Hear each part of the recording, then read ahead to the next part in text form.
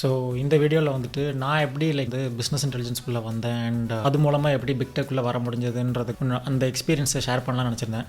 Hopefully it will help any fresher who wants to get into business intelligence. So first thing வந்துட்டு 8 years முன்னாடி நான் பிஏக்குள்ளே வரும்போது அப்போ data science, data engineering, data அனலிட்டிக்ஸ்னு ஒரு பெரிய கிளியர் கட் லைன் வந்து கிடையாது. ஒரு 8 இயர்ஸ் முன்னாடி இருக்கிற பிஏ டெவலப்பர்ட்ட கேட்டிங்கன்னா they will be doing the role of both data analyst as well as data engineer. இப்போ தான் வந்துட்டு டேட்டாவோட காம்ப்ளெக்சிட்டியும் டேட்டாவோட சைஸும் ரொம்ப பெருசானதுனால the roles got split into data analytics and then data engineering அந்த மாதிரி ஸ்ப்ளிட் ஆயிருச்சு.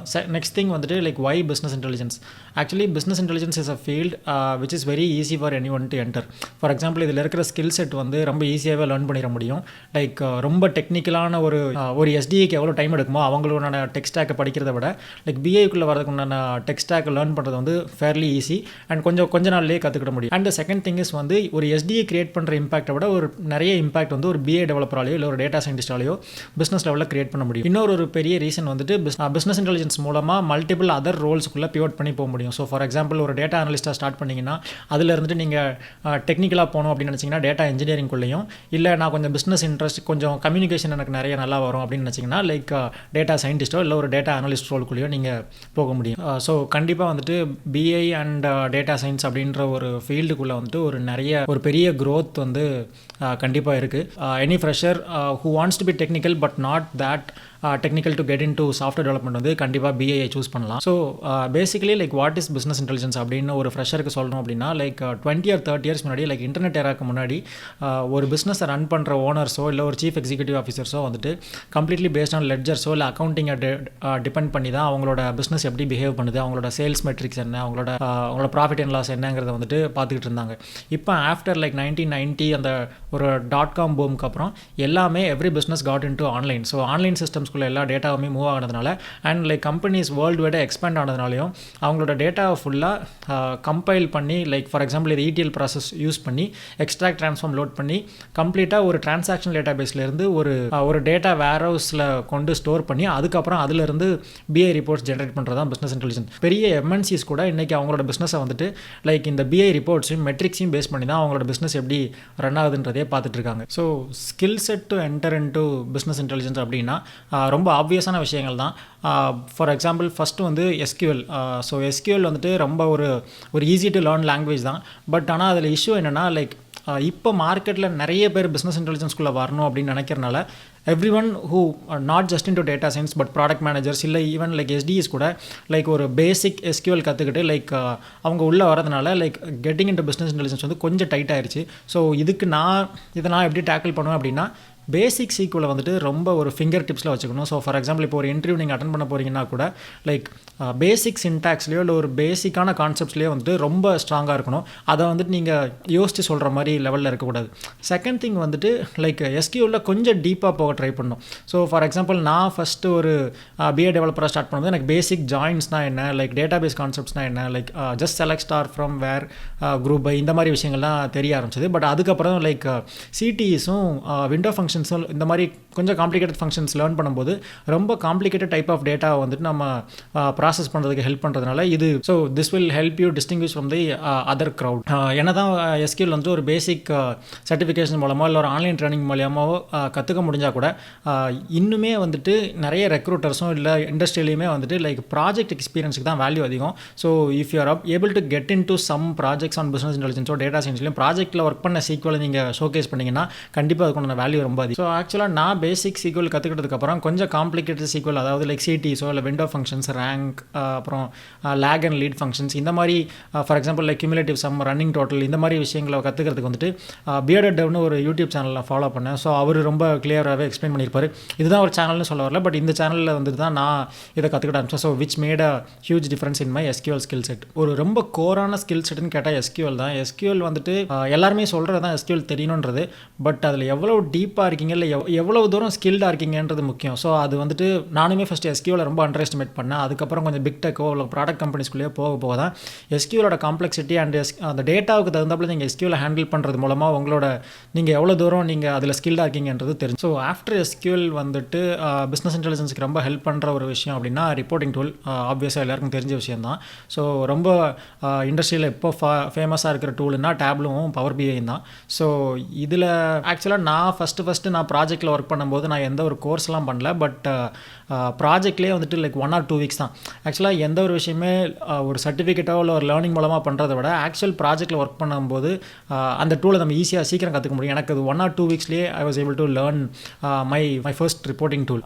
ஆனால் இப்போ ஒரு எக்ஸ்பீரியன்ஸில் நான் என்ன நினைக்கிறேன்னா, லைக் நம்ம ப்ராஜெக்டில் யூஸ் பண்ணுறது மட்டும் இல்லாமல் கொஞ்சம் எக்ஸ்டர்னல் லேர்னிங் அப்படின்றது வேணும் அப்படின்னு நினச்சேன்னா, நான் வந்துட்டு யூடமியில் வந்துட்டு A to Z data science கோர்ஸ்னு ஒரு டேப்லோ கோர்ஸ் இருக்குது. கிரில் எரிமெங்கோ அப்படின்ற ஒருத்தரோட டேப்லோ டேட்டா சயின்ஸ் கோர்ஸ் ஒன்று இருக்குது. என்ன தான் ஒரு ப்ராஜெக்ட் எக்ஸ்பீரியன்ஸ் இருந்தாலும் லைக் சர்டிஃபிகேஷன்ஸ் மூலமாக இன்னும் கொஞ்சம் அந்த டேப்லோ டூலுக்கு உண்டான இன்ட்ரிகேசிஸை நம்ம கற்றுக்கிட முடியும். ஸோ அப்படி தெரிஞ்சுக்கிட்ட தான் வந்துட்டு நான் டேட்டா பிளெண்டிங்னா என்ன, ரிலேஷன்ஷிப்ஸ்க்கும் ஜாயின்ஸுக்கும் உள்ள டிஃப்ரென்ஸ் என்ன, அப்புறம் most frequently asked interview questions அப்படின்னு பார்த்தா லைக் டைப்ஸ் ஆஃப் விஷுவலைசேஷன், என்ன மாதிரி விஷுவலைசேஷன்ஸ் உங்களுக்கு யூஸ் பண்ண தெரியும். For example like line chart, bar plot, இல்லைனா ஒரு பாக்ஸ் பிளாட்டோ, இந்த மாதிரி டைப்ஸ் ஆஃப் விஷுவலைசேஷன்ஸ் என்னென்னலாம் ட்ரை பண்ணியிருக்கீங்கன்ற மாதிரி கொஸ்டின்ஸ் வரும். இன்னொரு key skill for business intelligence அப்படின்னா நான் இப்போ சொல்கிறது வந்து மெட்ரிக்ஸ் அண்ட் கேபிஐஸ் தான். ஏன்னா இந்த பிஸ்னஸ் இன்டெலிஜென்ஸுங்கிறது வந்து ஒரு ப்ராடான டொமைன். ஒவ்வொரு பிஸ்னஸுக்கும் ஆக்சுவலாக இது மாறும். ஸோ ஃபஸ்ட்டு பேசிக் ஸ்கில் செட்டுங்கிறது வந்து இந்த டெக்னிக்கல் ஸ்கில் செட்டுங்கிறது வந்து இந்த SQL இந்த ரிப்போர்ட்டிங் டூல்ஸும் வரும். ஆனால் அதுக்கப்புறம் அந்த பிஸ்னஸுக்கு தகுந்தாப்பில் மெட்ரிக்ஸ் டிஃபைன் பண்ண தெரிஞ்சுக்கணும். ஸோ ஃபார் எக்ஸாம்பிள் நான் டிஃப்ரெண்ட் இண்டஸ்ட்ரியில் ஒர்க் பண்ணியிருக்கேன். ஸோ ஃபஸ்ட்டு வந்து ஒரு பேங்கிங் இண்டஸ்ட்ரியில் ஒர்க் பண்ணும்போது அவங்களோட ஃபைனான்ஸ் ப்ராடக்ட்ஸோட சேல்ஸ் மெட்ரிக்ஸோ இல்லை அவங்களோட ப்ராஃபிட் அண்ட் லாஸை பற்றின டேட்டா மெட்ரிக்ஸ் டிஃபைன் பண்ண தெரியணும். அண்ட் அதுக்கப்புறம் நான் ஒரு சைபர் செக்யூரிட்டி கம்பெனியில் இன்டர்ன்ஷிப் பண்ணேன். ஸோ அங்கே வந்துட்டு சைபர் செக்யூரிட்டி கம்பெனிலன்னு பார்த்தீங்கன்னா லைக் மாண்டி கார்லோ சிமுலேஷன், ரேண்டமான ஒரு ஈவெண்ட்ஸ் நடந்தால் அதை எப்படி நம்ம டேட்டா மூலமாக நம்ம மெஷர் பண்ணுறது. ஸோ ஃபார் எக்ஸாம்பிள் அவங்களுக்குன்னே ஒரு சில மெத்தடாலஜிஸ் இருக்கும். ஸோ ஃபார் எக்ஸாம்பிள் இப்போ சைபர் செக்யூரிட்டியில் வந்துட்டு like factor analysis of information ரிஸ்க்னு அவங்களுக்கு ஒரு கான்செப்ட் இருக்கும். அந்த கான்செப்ட்டுக்கு பேஸ் பண்ணி டேட்டா ஜென்ரேட் பண்ண தெரியணும் அண்ட் ரிப்போர்ட்ஸும் பில்ட் பண்ண தெரியணும். ஃபார் எக்ஸாம்பிள் அவங்களோட விஷுவலைசேஷன் பிளாட்ஸ் வந்து ரொம்ப யூனிக்காக இருக்கும். So for example cumulative probability distribution plot, அப்புறம் loss exceedance curves.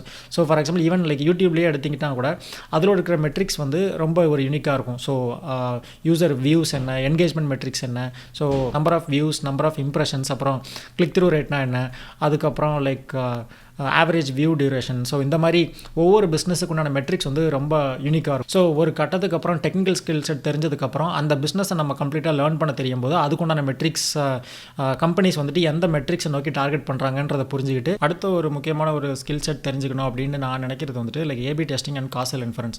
So for example இப்போ நம்ம சர்வீஸ் கம்பெனியில் இருக்க வரைக்கும் அங்கே இருக்கிற பிஸ்னஸ் இன்டெலிஜென்ஸ் வேறு மாதிரி இருக்கும். தென் ப்ராடக்ட் கம்பெனிஸ்குள்ளே வரும்போது அதில் இருக்கிற மெத்தடாலஜிஸ் ரொம்ப டிஃப்ரெண்ட்டாக இருக்கும்.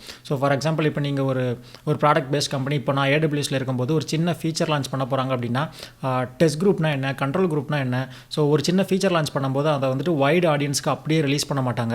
ஸோ இப்போ நீங்கள் எந்த ஒரு சோஷியல் மீடியா ஆப் யூஸ் பண்ணாலும் கண்டிப்பாக நீங்களுமே அந்த எக்ஸ்பெரிமெண்டேஷனில் வந்துட்டு பார்ட்டாக தான் இருந்திருப்பீங்க. ஸோ ஏபி டெஸ்டிங்னா என்னென்னா ஒரு சின்ன ஃபீச்சரை டிசைன் பண்ணிவிட்டு அந்த ஒரு டெஸ்ட் குரூப்னு ஒன்று டிஃபைன் பண்ணி ஒரு ஃபார் எக்ஸாம்பிள் இப்போ ஒரு 1 million யூசர்ஸ் இருக்கிறாங்க அப்படின்னா ஒரு 500 யூசர்ஸுக்கு மட்டும் அந்த ஃபீச்சரை லான்ச் பண்ணி அப்புறம் அந்த மெட்ரிக்ஸ் எப்படி பிஹேவ் பண்ணுதுன்றதை மெஷர் பண்ணுவாங்க.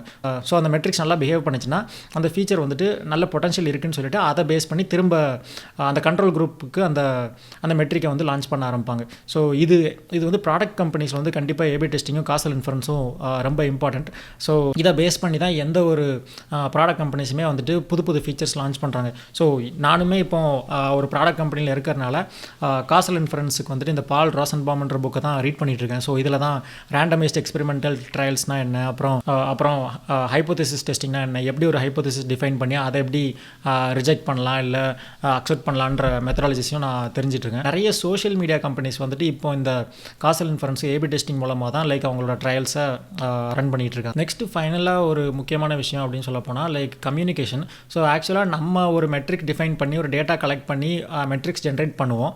ஸோ ஆனால் அதை கன்சியூம் பண்ண போகிறது வந்து ஒரு பிஸ்னஸ் யூசர்ஸ். ஸோ இந்த ஒரு டெக்னிக்கல் டேட்டாவை நம்ம க்ரியேட் பண்ணதுக்கப்புறம் அதை நான் பிஸ்னஸ் ஸ்டேக் ஹோல்டர்ஸுக்கு இந்த மெட்ரிக்ஸை கன்வே பண்ணுறதுக்கு உண்டான ஒரு பப்ளிக் ஸ்பீக்கிங் ஸ்கில்ஸ் கொஞ்சம் தேவைப்படும். ஸோ தென் ஒரு முக்கியமான ஒரு key learning from my own experience as a business intelligence டெவலப்பர்னால் என்ன சொல்லுவேன்னா like it's not about the complexity of the models or dashboards that you build but the amount of impact that you create for the business. ஏன்னா எல்லாருமே நம்ம ஒரு early கரியரில் இருக்கும்போது ரொம்ப காம்ப்ளிகேட்டடான ஒரு டேட்டா சயின்ஸ் மாடலோ இல்லை ஒரு சீக்வல் query-யோ ரன் பண்ணி நம்மளோட சூப்பர்வைசரை இம்ப்ரெஸ் பண்ண ட்ரை பண்ணுவோம். நிறைய ஒரு பெரிய இம்பாக்ட் வந்துட்டு நான் ரொம்ப லெஸ் காம்ப்ளிகேட்டடான மாடல்ஸை யூஸ் பண்ணியே நான் நிறைய இம்பாக்ட்ஸ் கிரியேட் பண்ணதை வந்து நான் என்னோடய டீம்ஸில் நான் பார்த்துருக்கேன். அப்புறம் நான் ஏடபிள்யூஎஸில் பண்ண ஒரு கீ டேஷ்போர்டை பற்றி இதில் ஷேர் பண்ணணும்னு நினைக்கிறேன். ஸோ இதில் வந்துட்டு அங்கே AWS S3யில் வந்து நியூ ஸ்டோரேஜ் கிளாஸஸ் வந்து லான்ச் பண்ணிக்கிட்டே இருப்பாங்க. ஸோ இந்த நியூ ஸ்டோரேஜ் கிளாஸஸ் வந்து புது ஃபீச்சர் லான்ச் பண்ணும்போது கஸ்டமர்ஸ் வந்து கம்ப்ளீட்டாக நியூ ஃபீச்சர்ஸ்குள்ளே அப்படியே மைக்ரேட் ஆவாங்க. ஸோ இதில் என்ன ப்ராப்ளம் வரும் அப்படின்னா, லைக் நியூ ப்ராடக்ட் வந்து எக்ஸிஸ்டிங் ப்ராடக்ட்டை கேனிபலைஸ் பண்ண ஆரம்பிக்கும். ஸோ இதுக்கு ஒரு ஃபார் எக்ஸாம்பிள் ஒரு மெட்ரிக் நான் டிஃபைன் பண்ணேன், விச் இஸ் லைக் கேனிபலைசேஷன் மெட்ரிக்னு. இந்த நியூ ப்ராடக்ட் எப்படி எக்ஸிஸ்டிங் ப்ராடக்ட்டை கில் பண்ணுது அப்படின்ற மாதிரி ஒரு ஹைப்போதசிஸ் ஒன்று டிஃபைன் பண்ணோம். ஸோ அப்படி பார்த்ததில் அமேசானில் வந்துட்டு கிளேஷியர் இன்ஸ்டன்ட் ரெட்ரீவல்னு ஒரு ப்ராடக்ட் ஒன்று கிரியேட் பண்ணாங்க. ஸோ ஹைப்போதசிஸ் என்னன்னா, இந்த GIR வந்துட்டு எக்ஸிஸ்டிங் ப்ராடக்டான கிளேஷியர் ஃப்ரீக்வெண்ட் ரெட்ரீவலையும் டீப் ஆர்கேவையும் வந்துட்டு கேனிபலைஸ் பண்ணுதுங்கிறது தான் hypothesis.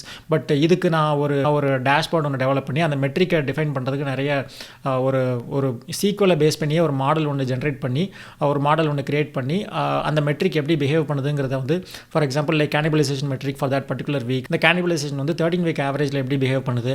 And at the same time like ஒரு சாங்கி டயக்ராம்ன்றது ஒரு இன்ட்ரெஸ்டிங்கான ஒரு விஷுவலைசேஷனாக நான் என்னோட ப்ராஜெக்டில் பண்ணுது. ஸோ எப்படி வந்துட்டு ஸ்டோரேஜ் கிளாஸ் வந்து கஸ்டமர்ஸ் வந்து ஒரு ஸ்டாண்டர்ட் S3 ஸ்டோரேஜ் கிளாஸ்லேருந்து எப்படி GIRக்கும் GFRக்கும் மூவ் ஆகிறத வந்து ஒரு சாங்கி டயக்ராம் மூலமாக நான் ஷோ பண்ணிகிட்டு இருந்தேன். ஃபார் எக்ஸாம்பிள் லைக் பிஸ்னஸ் இன்டெலிஜென்ஸ்க்கு மார்க்கெட் எப்படி இருக்குது அப்படின்னு கேட்டால், லைக் யூஎஸில் வந்துட்டு லைக் சப்ளை அதிகமாக இருக்குது and especially since the market is dull now. இப்போ நிறைய பேர் உள்ளே வர ட்ரை பண்ணுறதுனாலையும் நம்பர் ஆஃப் ஜாப் ஓப்பனிங்ஸை விட நிறைய பேர் ட்ரை பண்ணுறது வந்து கொஞ்சம் அதிகமாக இருக்குது, especially in like data analysis. But நான் என்ன சொல்லுவேன் அப்படின்னா, இஃப் யூ ரியலி பேஷனேட், அதுக்கப்புறம் உங்களுக்கு 2 to 3 years ஆஃப் இந்தியாவில் இப்போ ஒரு எக்ஸ்பீரியன்ஸ் இருக்குது, நீங்கள் கம்ப்ளீட்டாக BIக்குள்ளே தான் வரணும் அப்படின்னு நினச்சிங்கன்னா ஸ்டே ஆன் இட்.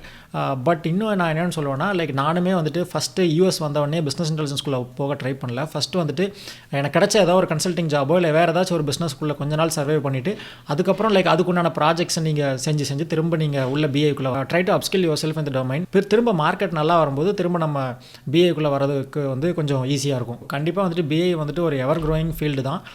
பட் மார்க்கெட்டை பொறுத்து இதுக்குண்டான டிமாண்ட் அண்ட் சப்ளை வந்து கொஞ்சம் வேரி ஆகிக்கிட்டே இருக்கும். அதை பேஸ் பண்ணி நம்ம கொஞ்சம் அடாப்ட் பண்ண தெரிஞ்சுக்கணும். ஸோ ஹோப்ஃபுல்லி இந்த வீடியோ வந்துட்டு ஒரு ஃப்ரெஷருக்கு ஒரு சின்ன வேல்யூ ஆட் பண்ணியிருக்கோம் அப்படின்ட்டு நினைக்கிறேன். இதே மாதிரி வேறு என்ன மாதிரி டாப்பிக்கில் வீடியோஸ் இருந்தால் யூஸ்ஃபுல்லாக இருக்குன்ற மாதிரி கமெண்ட்ஸில் சஜஸ்ட் பண்ணிங்கன்னா I will try to make videos on that topic. So until then, be creative and stay happy. See you next time with a different video on how to break into big tech.